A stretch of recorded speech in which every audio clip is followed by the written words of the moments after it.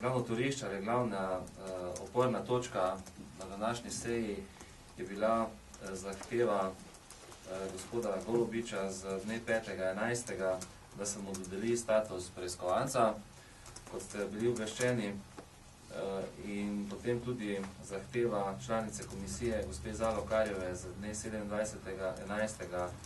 za širitev dnevnega reda, da se dnevni red razširi, da se gospodu Golobiču dodeli status preiskovanca v tej komisiji.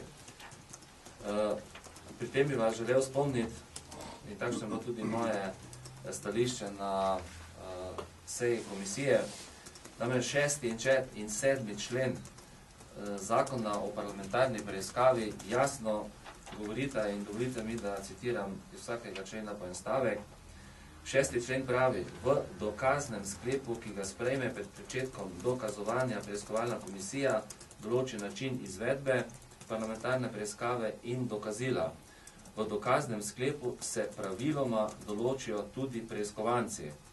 7. člen pa pravi v drugem odstavku: če preiskovanci niso določeni že z dokaznim sklepom, lahko preiskovalna komisija z dopolnitvijo dokaznega sklepa kadarkoli ugotovi, kdo je preiskanec.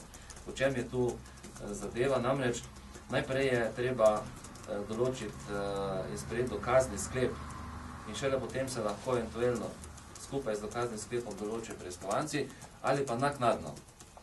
Mi pa smo še vedno v fazi pripravljalnih preiskovalnih dejanj. Zato še nismo pri dokaznem sklepu, ker tudi gradiv še nimamo dovolj.